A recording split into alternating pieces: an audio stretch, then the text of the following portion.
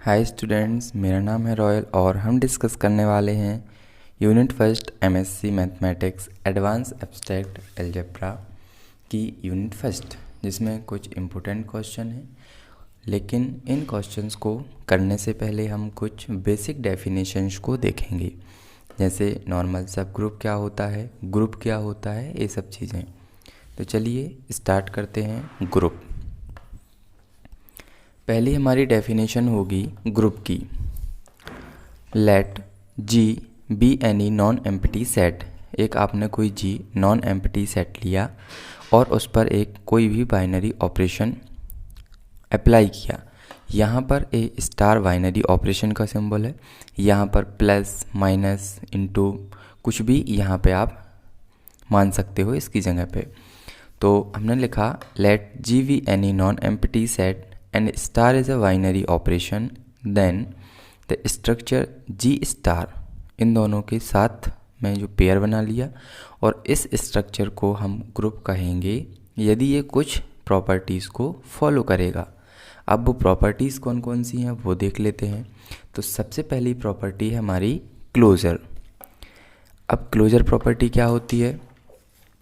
यदि जो हमने नॉन एम्प्टी सेट लिया था उसके कोई हम दो एलिमेंट उठाते हैं और उन दो एलिमेंट के बीच हम कोई भी बाइनरी ऑपरेशन यदि अप्लाई करते हैं और जो हमारा रिजल्ट बनता है, अगर वो रिजल्ट उसी नॉन एम्प्टी सेट के अंदर कंटेन कर रहा है तो हम कहेंगे कि वो क्लोजर प्रॉपर्टी को फॉलो कर रहा है।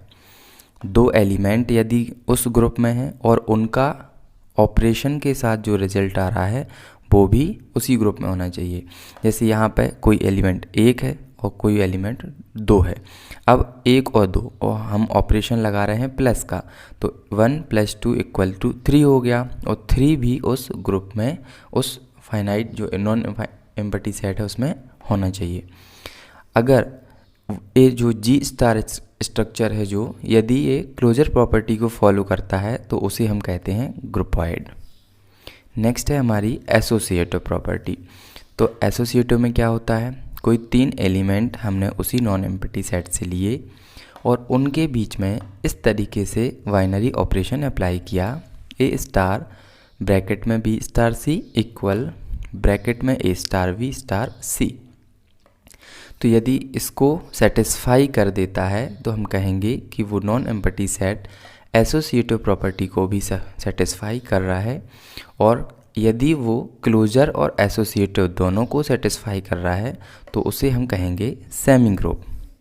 नेक्स्ट है हमारी existence of identity.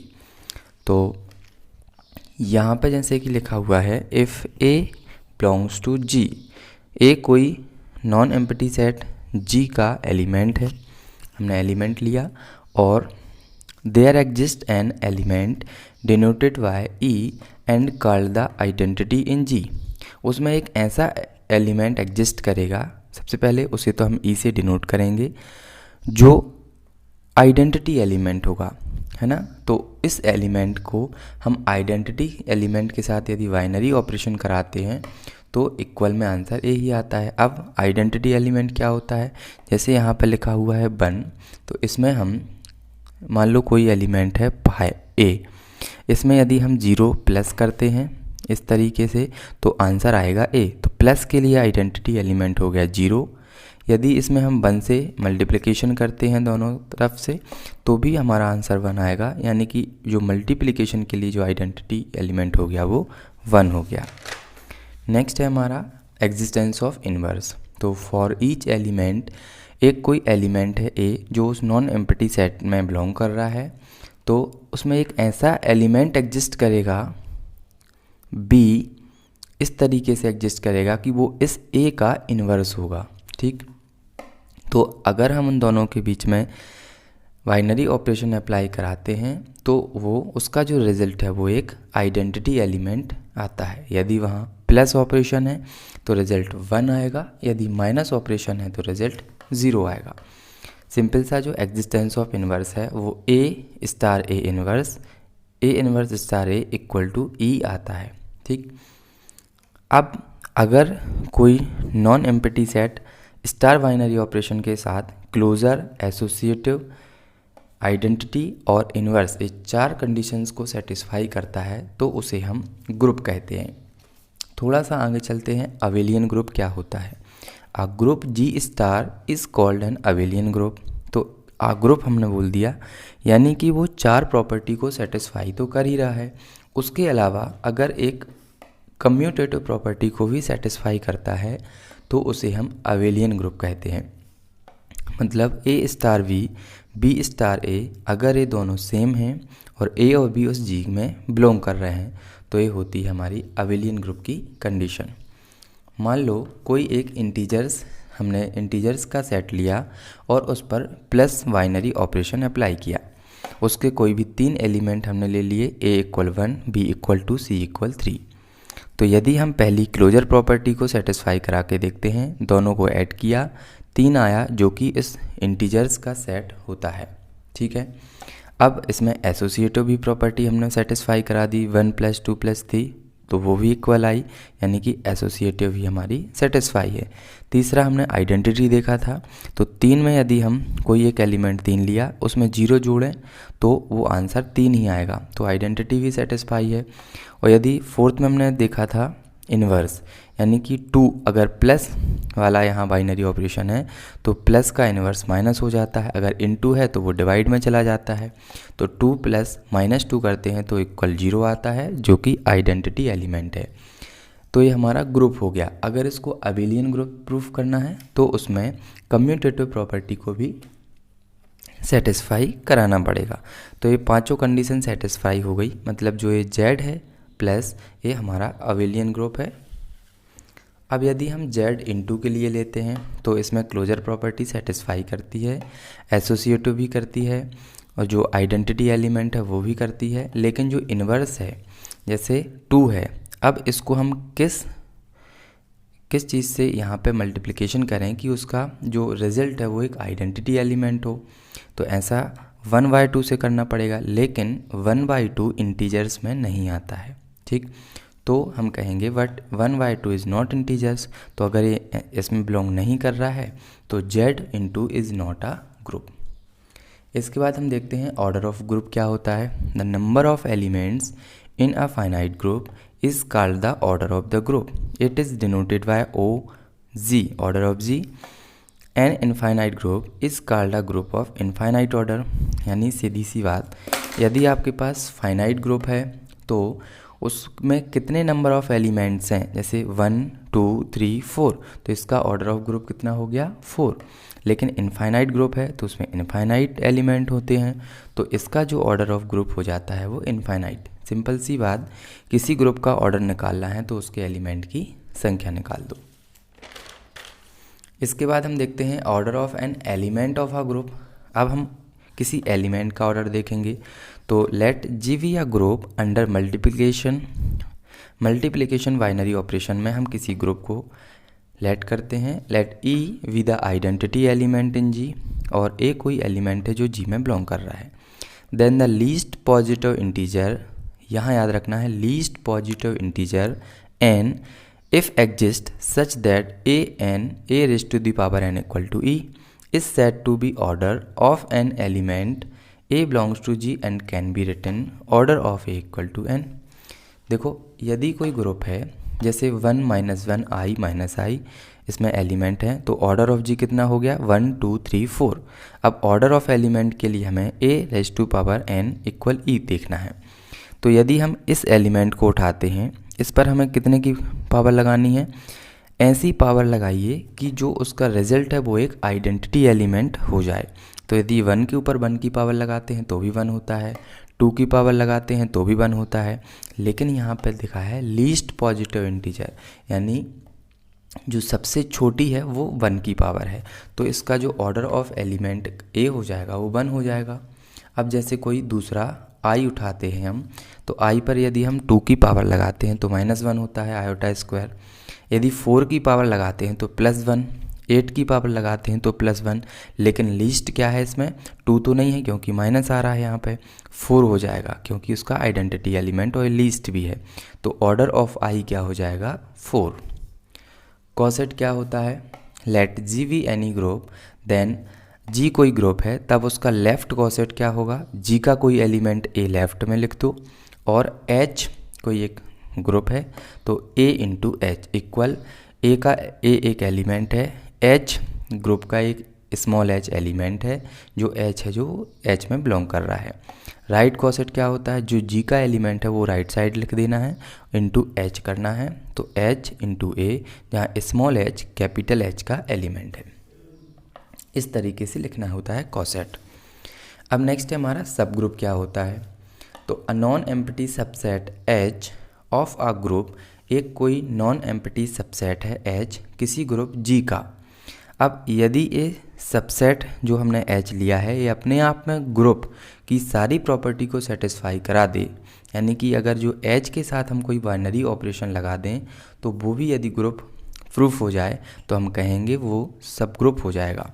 A non empty subset H of a group G star is said to be a subgroup of G if H star is itself a group, अपने आप में एक ग्रुप प्रूफ हो जाए। इसके बाद देखेंगे प्रोडक्ट ऑफ टू सब ग्रुप क्या होता है। तो H और K कोई दो सब ग्रुप हैं किसी ग्रुप G के, तब H इंटू K हम डिफाइन करेंगे H का एक small h element and K का एक स्मॉल k एलिमेंट, जिसमें H H में और K में बिलोंग कर रहा है। इसको हम प्रोडक्ट कहेंगे, तब हम क्या कहेंगे H इंटू के कर देंगे डायरेक्ट प्रोडक्ट। H और K कभी भी सब ग्रुप नहीं होगा, लेकिन अगर इसको सब ग्रुप बनाना है तो H इंटू के इक्वल K इंटू एच करना पड़ेगा, कम्यूटेटिव प्रॉपर्टी को सेटिस्फाई कराना पड़ेगा। मान लीजिए इस सब ग्रुप O का H का ऑर्डर है m और इस सब ग्रुप K का ऑर्डर है n, तब अगर हम ऑर्डर ऑफ H इंटू के निकालते हैं तो order of H into order of K upon में order of H intersection K हो जाता है। इसके बाद हम देखते हैं नॉर्मल सब ग्रुप क्या होता है। A subgroup H of a group G is called a normal subgroup of G if every left coset of H in G is equal to the corresponding right coset of H in G। Normal sub group यानी कि उसका left coset और right कॉसेट है वो equal होना चाहिए। G और G inverse H जो है, अगर इसको हम सॉल्व करें और जो इसका रिजल्ट है वो हमारा H से बिलोंग करना चाहिए, तो वैसे भी ये G और G इनवर्स कट जाएगा और स्मॉल h वैसे भी H का एलिमेंट है, तो ये कंडीशन होती है। इसके बाद हम देखते हैं कोसेंट ग्रुप क्या होता है। तो कोई कोसेंट ग्रुप सिंपल से याद रखना है कि कोई ग्रुप है जो वो कोसेंट कब कहलाएगा, तब उसके जो फैक्टर होते हैं वो इक्विवेलेंट होते हैं, यानी GI अपॉन में GI माइनस 1 इक्विवेलेंट होगा HI अपॉन में HI माइनस 1 के, जहाँ I की वैल्यू 1 2 3 है। अगर यहाँ कहीं पे आपको प्लस लगा हुआ मिलता है तो मान लेना I की वैल्यू 0 से लिखी गई है। इक्विवेलेंट क्या होता है, equivalent a length of both composition series are same that is K equal to I। Equivalent मतलब आपको याद रखना है इक्वल। इसके बाद हम देखते हैं सब नॉर्मल सीरीज़ क्या होती है। तो देखो कोई एक ग्रुप है, अगर हम उसको एक उसका हिस्सा ले लें तो वो सब ग्रुप हो जाएगा, और उस सब मान लो कोई G ग्रुप है उसका एक हिस्सा हमने ले लिया तो वो सब ग्रुप हो गया। अब इसका भी यदि हमने एक हिस्सा और ले लिया तो वो इस ग्रुप G के अंदर G1 हो गया और G1 के अंदर ये G2 हो गया। अब इस G2 में से भी हमने एक हिस्सा ले लिया तो वो G3 हो जाएगा, और G3 को भी अगर हम डिवाइड करेंगे तो वो G4 हो जाएगा। यानी a sequence of sub groups, एक सब ग्रुप्स का सीक्वेंस लेना है किसी ग्रुप G के, किसी भी ग्रुप G के सारे सब ग्रुप्स का सीक्वेंस इस तरीके से G0 superset of G1 superset of G2 Gn-1 Gn equal to A, एक एक हमने सीक्वेंस लिया of a group G is called a sub normal series of G। Sub normal series होगी यदि Gi-1 is a normal sub group होगा Gi का for I 1 2 3, यानी जो ए वाला G1 है वो इसका सब ग्रुप होगा, G2 इसका सब ग्रुप होगा, G3 इसका सब ग्रुप होगा, ऐसे ही Gn-1 का सब ग्रुप होगा। यानी जो ए वाला है इसका सब ग्रुप होगा, ए वाला इसका सब ग्रुप होगा, ये होती है सब नॉर्मल सीरीज़। और नॉर्मल सीरीज़ क्या होती है, जो ए वाला है वो इस जी का सब ग्रुप होगा, G1 भी जी का सब ग्रुप होगा, G2 भी जी का सब ग्रुप होगा। तो यही डिफरेंस है। यानी यदि अपन को पढ़नी है सब नॉर्मल सीरीज़ तो उसमें जो ये सब ग्रुप्स होते हैं वो एक दूसरे के सब ग्रुप होते हैं। यानी G1 जी इसका, G2 G1 का, लेकिन नॉर्मल सीरीज़ में इस सारे एलिमेंट इस जी के सब ग्रुप होते हैं। तो the factor group GI upon में GI minus 1 are called the factor groups. ये GI अपॉन में GI माइनस फैक्टर ग्रुप कहलाते हैं। यदि इसके हम फैक्टर निकालेंगे तो क्या होगा, G0 अपॉन में G1, G1 अपॉन में G2, G2 अपॉन में G3, ये होते हैं फैक्टर ग्रुप। अब the sub normal series is called redundant. अब ये रेडंडेंट और इररेडंडेंट दो टर्म आपको याद रखना है। रेडंडेंट क्या होता है, जब उसके फैक्टर इक्वल हो जाते हैं, यानी GI इक्वल हो जाता है GI माइनस 1 के, तो वो रेडंडेंट। अगर ऐसा नहीं है तो उसको हम बोलेंगे इररेडंडेंट। नॉर्मल सीरीज़ क्या होती है, तो सीक्वेंस ऑफ सब ग्रुप्स, एक सीक्वेंस दिया गया है ऑफ अ ग्रुप G का, is called a normal series of GI if are normal sub group G। यानी कि जो GI है, GI मतलब ए सभी GI हैं, अगर हम यहाँ पे वैल्यू रखते जाएं, ये सभी हैं जो डायरेक्ट सब ग्रुप होंगे इस G के। सब नॉर्मल सीरीज़ में एक दूसरे के सब ग्रुप थे, लेकिन नॉर्मल सीरीज़ में ये सारे के सारे G के सब ग्रुप होते हैं। कंपोजिशन सीरीज़ क्या होती है, अभी हमने देखा इररेडंडेंट, यानी कि GI है जो नॉट इक्वल है GI माइनस 1 के।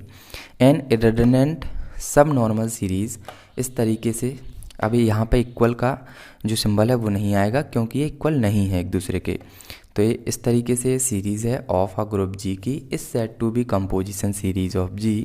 इसे कंपोजिशन सीरीज़ कहा जाएगा यदि each of its factor group, यानी इसके जो फैक्टर हैं, कौन कौन से factor, G1 G0 upon G1, G1 upon G2, G2 upon G3, इस तरीके से इस each of its factor group GI upon GI minus 1 is a simple group. यदि इनके फैक्टर भी एक सिंपल ग्रुप प्रूफ हो जाते हैं तो वो सीरीज़ हमारी कंपोजिशन सीरीज़ कहलाती है।